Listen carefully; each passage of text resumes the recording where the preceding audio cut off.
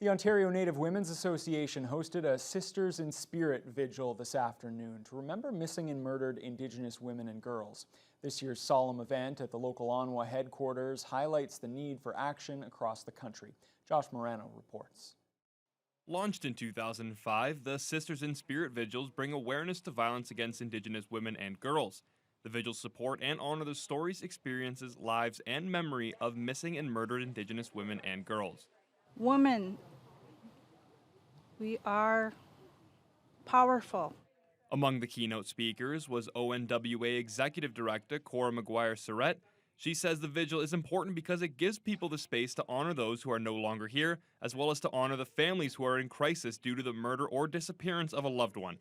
She also notes the problems that are still occurring for Indigenous women and girls. One systemic failure we have here when we're looking at MMIWG is, the lack of coordination or communication across systems. So, you can have a death that'll occur in one jurisdiction, and they could be from another district, whether it be another province, because violence doesn't know jurisdictional bounds. And so systems really do have to unpack how they work together, how they collaborate, how they talk.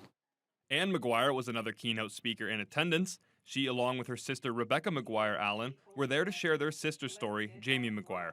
She says she's at peace with her sister passing, but turns to the government to do more to help families who have been affected.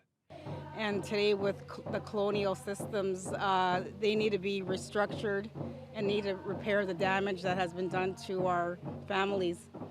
And I think with Truth and Reconciliation and the 94 calls to action, it'll address major issues such as housing, violence against women. This is not just an Indigenous issue. It's not just an Indigenous women's issue. This is everyone's issue. So therefore, we all have a role and responsibility in addressing it, as otherwise we're not going to be able to make an impact here.